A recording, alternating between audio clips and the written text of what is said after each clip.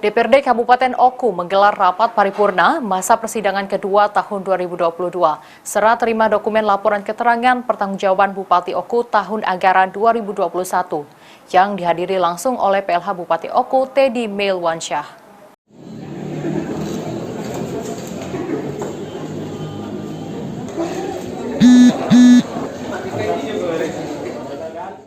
Rapat paripurna masa persidangan kedua tahun 2022 serah terima dokumen laporan keterangan pertanggungjawaban Bupati Oku tahun anggaran 2021 digelar oleh DPRD Oku.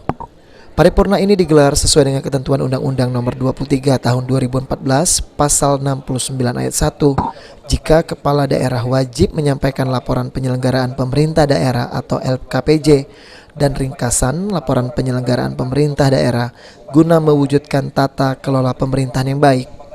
Sebelum LKPJ dibahas, PLH Bupati Oku Teddy Melwansyah menyerahkan dokumen LKPJ kepada pimpinan DPRD melalui rapat paripurna.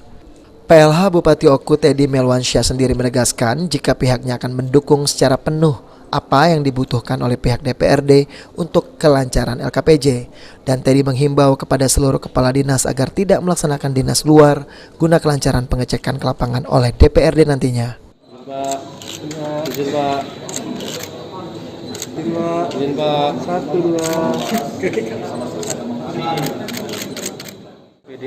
Itu Kaban, kepala dinas, kepala bagian, ya semua untuk mereka konsen mendampingi para anggota dewan terhormat untuk melakukan pembahasan. Jadi tidak kami perkenankan mereka untuk melakukan dinas luar dulu sementara, kecuali memang itu benar-benar penting dan diharuskan.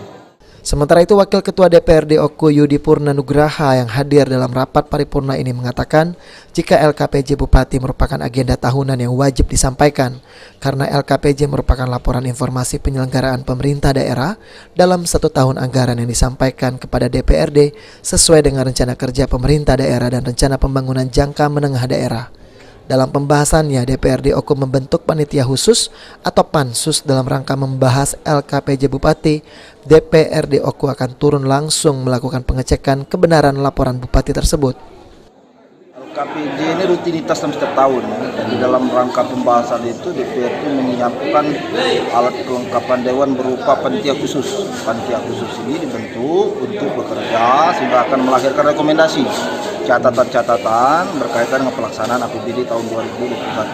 Nah, ini nanti akan ditindaklanjuti pemerintah dalam rangka penyempurnaan laporan pertanggungjawaban. Berapa lama pansus ini? Pansus ini bekerja mungkin cuma waktu 4 sampai 5 hari. Ya. Jadi insya Allah Senin depan selesai. Pansus sendiri nantinya akan disesuaikan dengan komisi masing-masing dan akan membahas dalam waktu 5 hari ke depan sehingga Senin depan sudah ada kesimpulan. Ari Pranika, PAL TV.